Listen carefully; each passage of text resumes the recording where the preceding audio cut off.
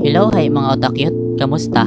Ito nga pala ang inyong Kuya Dane at sa ngayon naghahanda tayo ng almusal para sa mga kapatid kong pasaway.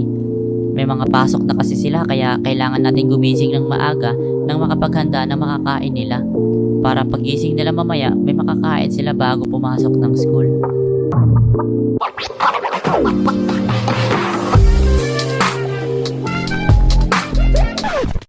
At speaking of gising, ay gigisingin na natin sila.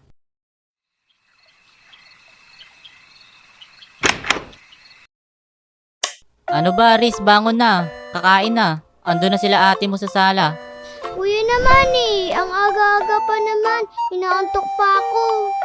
Bahala ka. Basta bumangon ka na diyan, bilisan mo.